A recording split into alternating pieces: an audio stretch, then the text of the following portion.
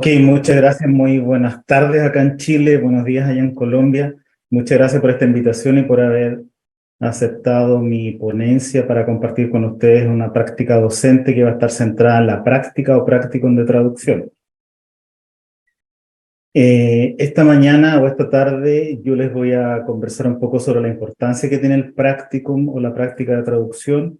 Les voy a hablar sobre el origen de estos tres pilares que son la supervisión, la evaluación y la retroalimentación, no desde el punto de vista teórico o la fundamentación de la existencia de esta propuesta de tres pilares, sino más bien de la experiencia que he tenido como supervisor de práctica desde hace 4 años en la Pontificia Universidad Católica de Valparaíso. Entonces voy a comentarles más o menos cómo es que yo realizo en mi calidad de profesor supervisor cada uno de estos tres pilares, cómo los hemos incluido en el trabajo docente que está incluido en la asignatura de práctica de traducción. Y por último voy a hacer una breve referencia sobre el manual de práctica profesional, que es un documento que hemos confeccionado en la carrera para que podamos guiar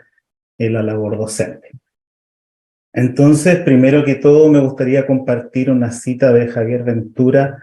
que resume bastante bien y nos da una imagen de lo que es el practicum. Me permito leer, dice: el practicum es un periodo formativo práctico que responde a una programación curricular y que por lo general se desarrolla en centros externos a la institución universitaria, implicando a diferentes colectivos, alumnado, tutores de universidad y empresa, y que trata de integrar la teoría y práctica en una situación real de actividad profesional mediante la participación y el aprendizaje activo de los participantes. Esta es una propuesta de definición que viene desde la pedagogía, ya que es como donde más se ha investigado sobre el proceso de la práctica, pero obviamente que se puede aplicar de manera similar a nuestra profesión en la formación de traductores. ¿Por qué es importante el practicum? Sobre todo considerando que acá en las universidades chilenas, donde se imparte la carrera de traducción y también de interpretación, constituye una asignatura obligatoria, sobre todo en los últimos semestres o definitivamente en el último semestre de formación de profesionales de nuestra área de estudios. Primero porque se trata de un encuentro con el mundo profesional. Si bien nosotros siempre intentamos como docentes traer al aula situaciones lo más real posible, contextualizadas en el trabajo que van a hacer los traductores o futuros traductores, no es la misma experiencia que pueden vivir los practicantes cuando están insertos en el mundo profesional antes de ser titulados, de recibir su titulación. Entonces, eso también permite, como aparece acá en el segundo ítem, que ellos puedan poner en ejecución la competencia traductora que han venido adquiriendo desde que entraron a la universidad o al instituto profesional también en el caso de Chile, y ellos pueden, como dice ahí, poner en ejecución, desarrollar, poner en práctica, valga la redundancia, el término se va a repetir durante mi presentación, todas las subcompetencias que componen estos modelos de competencia traductora que muchos conocemos como docentes. También, sobre todo en el caso de Chile, constituye el cierre de la formación académica, es decir, es la última etapa del recorrido formativo que tiene el estudiante y que se transforma en un puente entre la academia y el mundo profesional o el mundo laboral. Entonces, es de importancia que esa etapa esté incluida dentro de los programas de formación, que por suerte lo están, al menos en lo que yo he podido estudiar a nivel nacional. Y por último, sin ser estas cuatro los únicos aspectos que le otorgan importancia al practicum, es el desarrollo de habilidades laborales que también conocemos como habilidades blandas. Muchas veces nosotros también como docentes intentamos llevar o o desarrollar este tipo de habilidades a través de simulaciones, pero obviamente la experiencia empírica y pragmática que se lleva a cabo en el lugar de prácticas ayuda mucho a que el alumno pueda desarrollar estas prácticas porque se ve enfrentado a distintas situaciones que obviamente a veces no podemos controlar porque cada centro de práctica tiene sus propias características y formas de trabajar con el practicante. Bueno, ¿cómo surgen estos pilares? ¿De dónde viene esta propuesta de que de la práctica profesional o práctico asentada y sostenida por estos pilares, por la experiencia docente que personalmente me ha tocado en mi carrera docente de más de 15 años, donde he tenido la oportunidad de supervisar prácticas en distintas universidades en Chile, y porque también me he dado cuenta de que todo el trabajo que se realiza al momento de supervisar las prácticas, aparece la supervisión, la retroalimentación y la evaluación como labores que son inherentes también a la docencia. Entonces, en ese momento yo me planteé la necesidad de, como tenía la experiencia de algunas universidades donde yo ejercía como supervisor de práctica, realizar un estudio a nivel nacional sobre cómo eran las modalidades de las distintas instituciones, para ver cuáles eran las semejanzas, las diferencias y si efectivamente existían estos pilares. Luego de eso, surge la necesidad de sistematizar el proceso cuando me llaman de la Pontificia Universidad Católica de Valparaíso para hacerme cargo de la asignatura de práctica, de sistematizar este proceso que se concretó más bien en ese manual que les voy a comentar más adelante, y que yo pude materializar en la publicación de este artículo que está en la revista Onomasei, que habla sobre las prácticas profesionales en traducción en las universidades chilenas, y en donde sí, a diferencia de la presentación de hoy, están todos los argumentos y los fundamentos teóricos que sustentan la propuesta que yo les quiero compartir el día de hoy. Sin embargo, lo que me interesa a mí es contarles un poco cómo ha sido en la práctica, por eso les dije que la palabra práctica se iba a repetir bastante, cómo ha sido mi trabajo en estos últimos 4 años en la PUCD. La práctica profesional, la asignatura se desarrolla en el 9º semestre, en el 5º año de la carrera, y está diseñado este programa de estudio de acuerdo a lo que está estipulado en el reglamento de prácticas y titulación, que es mucho más extenso y más detallado de lo que ustedes pueden ver en pantalla, pero que yo les quiero resumir para que se hagan una idea general o grosso modo de cómo es la práctica, que la práctica se puede realizar por horas cronológicas de trabajo en un centro de práctica, que pueden ser entre 80 y 120 horas, o también puede realizarse de acuerdo a la cantidad de palabras que se le puedan asignar en los encargos de traducción al practicante, que van de 20.000 a 40.000. En lo que respecta a la modalidad de la práctica puede ser presencial, semipresencial o a distancia,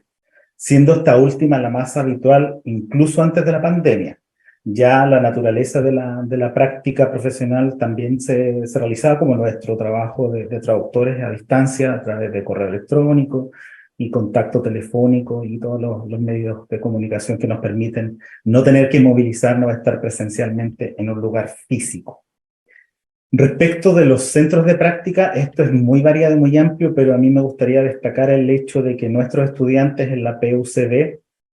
se autogestionan en la búsqueda del lugar de práctica. Es decir, el alumno debe buscar un centro de práctica, debe contactarse con alguna agencia de traducción, como aparece abajo, con alguna entidad pública, privada, o con algún cliente que necesite, de servicios de traducción,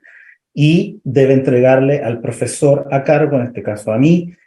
toda la información detallada para que el profesor pueda avisar y aprobar el desarrollo de este practicum de acuerdo a los requisitos que están establecidos en este reglamento de prácticas. Entonces, ya con eso podemos pasar un poco a contar cómo se van materializando en la práctica docente estos 3 pilares, y voy a comenzar por la supervisión. Pero antes de eso me gustaría recalcar el hecho de que los 3 pilares se conjugan, se desarrollan, se ejecutan, esa es la palabra que estaba buscando, se ejecutan de manera simultánea porque están interrelacionados unos con otros, o sea, uno depende del otro para poder ser efectivamente presentados en el aula.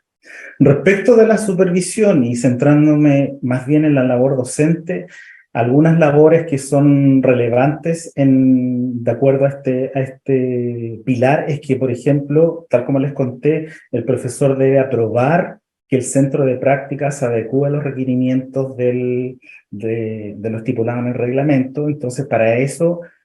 hay una cierta documentación que debe entregar el practicante al profesor para que uno la pueda evaluar y para que uno la pueda aprobar. Después de esa aprobación ya se puede fijar un calendario de inicio y finalización del proceso de práctica profesional, que a la vez también lleva a que se puedan realizar o concretar, perdón, reuniones grupales e individuales. Aquí quisiera puntualizar el hecho de que cada año las cohortes, la cantidad de alumnos por cada cohorte va variando, pero generalmente, en mi caso, me ha tocado supervisar practicantes de entre 10 a 15 hasta 17 alumnos. Entonces, la coordinación de estas reuniones grupales individuales también se ve supeditada al hecho de que hay centros de práctica que reciben 3 o 4 estudiantes. Entonces, uno tiene que calendarizar reuniones por grupo a veces o individuales cuando se trata de alguna práctica que tiene a un solo practicante en ese centro. También otra labor que está supeditada a la supervisión es siempre estar disponible para cualquier tipo de consulta que pueda tener el practicante, ya sea de lo profesional, ya sea de la traducción en sí, y también de acuerdo a las horas que están asignadas por el trabajo que a uno le pagan por realizar la labor docente de supervisar una práctica. Entonces, también es un desafío del docente tener que gestionar toda esta responsabilidad de supervisar la práctica en todos estos puntos que yo le estoy mencionando. Luego de eso viene el pilar de la evaluación, que como todos sabemos es algo de lo que no nos podemos desatender, porque en la universidad los alumnos, si están cursando una asignatura, deben aprobarla, y para ello debe haber una evaluación. Entonces, cuando diseñamos este nuevo programa de asignatura, quisimos otorgarle la evaluación a las 3 partes que participan en el proceso de práctica, que es el practicante, el profesor y el centro de práctica, o el empleador o el encargado en el centro de práctica de supervisar este trabajo. Entonces, como pueden ver acá en este cuadro, hay porcentajes asignados para cada etapa o dimensión evaluativa. Primero está la evaluación continua, que corresponde a 3 entregas que el alumno debe enviarle al profesor, y donde el profesor revisa muestras de traducción a través de una rúbrica, y que después se realizan tutorías personales, ya de 30 a 45 minutos, donde se le explica las correcciones, donde se lo retroalimente. Por eso les decía que acá se van interrelacionando los 3 pilares, y que no están uno separado del otro. También hay un segundo ítem de evaluación que corresponde a una memoria de práctica, que es más bien un informe, que se subdivide en un 90 y un 10%. El 90% corresponde a la confección de este informe, que tiene distintos apartados, donde se da cuenta, donde se registran los textos que se tradujeron durante la práctica, donde se describe el proceso de traducción que se llevó, donde se hace un análisis de los problemas de traducción que implicó el encargo, cómo se solucionaron, cuáles fueron las respuestas de resolución, y también una fundamentación teórica para que el alumno después pueda sustentar las decisiones que tomó, y eso se conjuga también con algo que tienen que realizar después para la titulación, que es una defensa de su trabajo. Y también existe en esta memoria de traducción una autoevaluación, que les voy a mostrar cómo realizamos esta autoevaluación, que se trata de una rúbrica que se confeccionó a partir del modelo de competencia traductora de Doro Ficheli, y que se subdividió ese modelo de 7 subcompetencias para que el alumno la tome como una fotografía de su estado de competencia traductora una vez terminado el proceso de práctica. Le explico eso a continuación. Y también el empleador,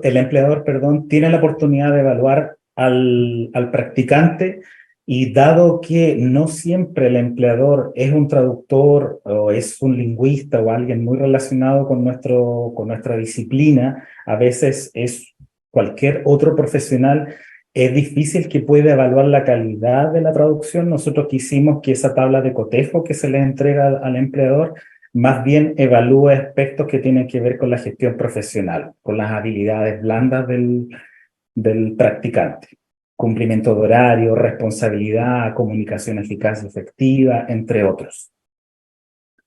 Entonces, como les decía recién, de acuerdo a este modelo de competencia traductora, se creó esta rúbrica analítica donde el alumno la toma, ¿ya? La lee, y por ejemplo acá en la primera subcompetencia, que es la comunicativa y textual, él lee el indicador y después él mismo se autocalifica en un nivel de logro. Ahora bien, yo he tenido la oportunidad de, cuando tenía grupos pequeños, de juntarme con el alumno, de reunirme con el alumno y de completar esta rúbrica juntos. Entonces, primero yo le doy la oportunidad, le digo, lea este indicador, ¿en qué nivel se sitúa usted? Por lo general, los alumnos, pues, hay dos tendencias, o se califican de excelente o de suficiente. Entonces, cuando pasan al nivel de excelente, yo les hago recordar los avances y las muestras que yo les revisé, y como también tengo la oportunidad de tenerlos como alumnos en cursos anteriores a la práctica, les hago un recordatorio, siempre desde el punto de vista positivo, porque también es importante que, y aquí entra de nuevo la retroalimentación, siempre es importante que uno también destaque no solamente los errores, las inadecuaciones, o las incorrecciones que cometieron en su trabajo, sino que también los logros, porque eso también ayuda al autoconcepto y la autoconfianza que es necesario también desarrollar en el practicante. Y esos dos conceptos están muy relacionados con el último pilar, que es la retroalimentación, que muchas veces nosotros nos centramos siempre en, cuando revisamos alguna traducción, alguna muestra de traducción, en destacar el error, cómo corregirlo, en calificar ese error, en decirle cómo lo puede evitar, pero muchas veces soslayamos o no nos damos el momento de decir, oye, acá en este segmento aplicaste muy bien las técnicas de traducción, tiene mucha naturalidad, no hay incorrecciones idiomáticas en este segmento, te felicito, sigue así, te adecuaste al encargo, respondiste bien a las exigencias que estaban inherentes, porque a veces cuando les toca trabajar con alguien que no es traductor,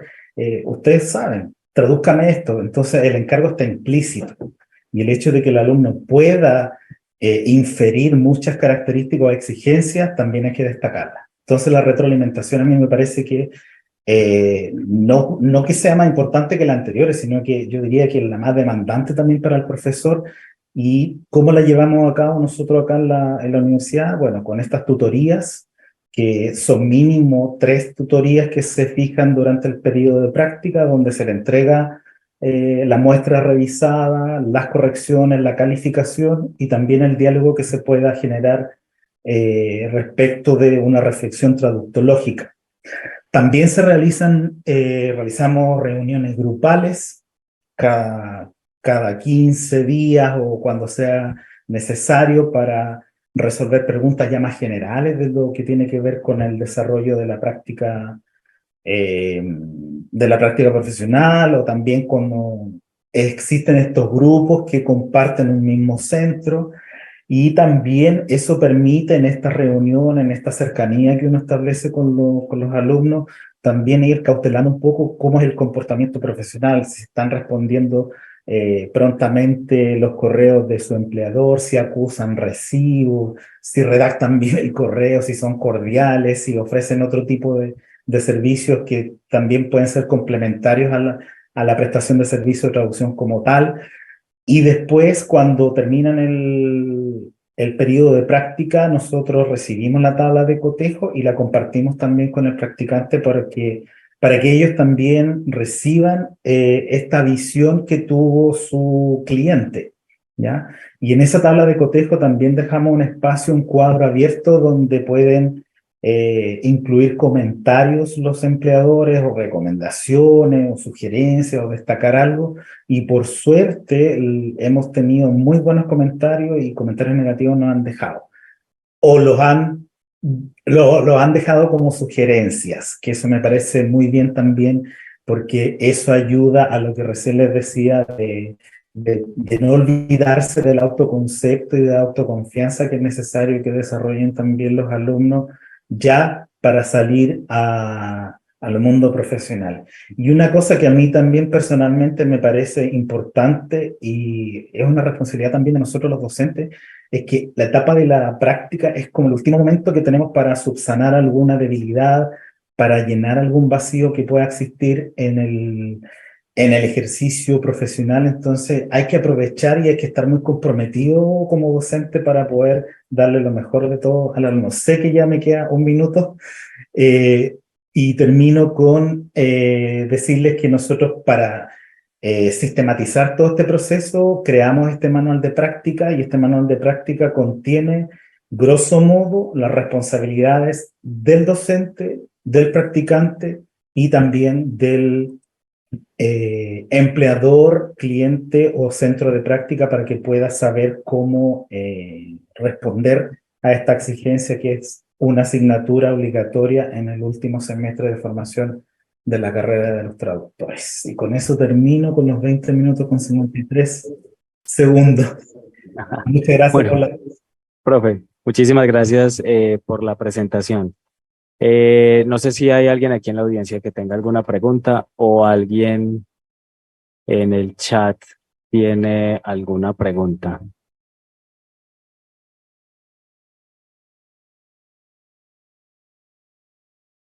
Mónica Carvajal levantó la mano. Héctor, Mónica puede hablar.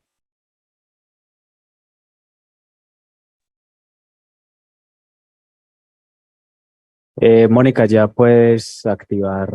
tu micrófono para que hagas la pregunta. Muchas gracias. Bueno, buenas tardes, profesor Cristian. Soy la profesora Mónica Carvajal de la Universidad del Valle en el suroccidente colombiano. Mañana estaría ya presencialmente, hoy no pude viajar a Medellín. Me parece muy interesante su presentación porque si bien podría ser, digamos, el ejercicio cotidiano que se lleva a cabo de manera permanente con los estudiantes, poderlo sistematizar y fundamentar me parece que es sustancial para estos procesos.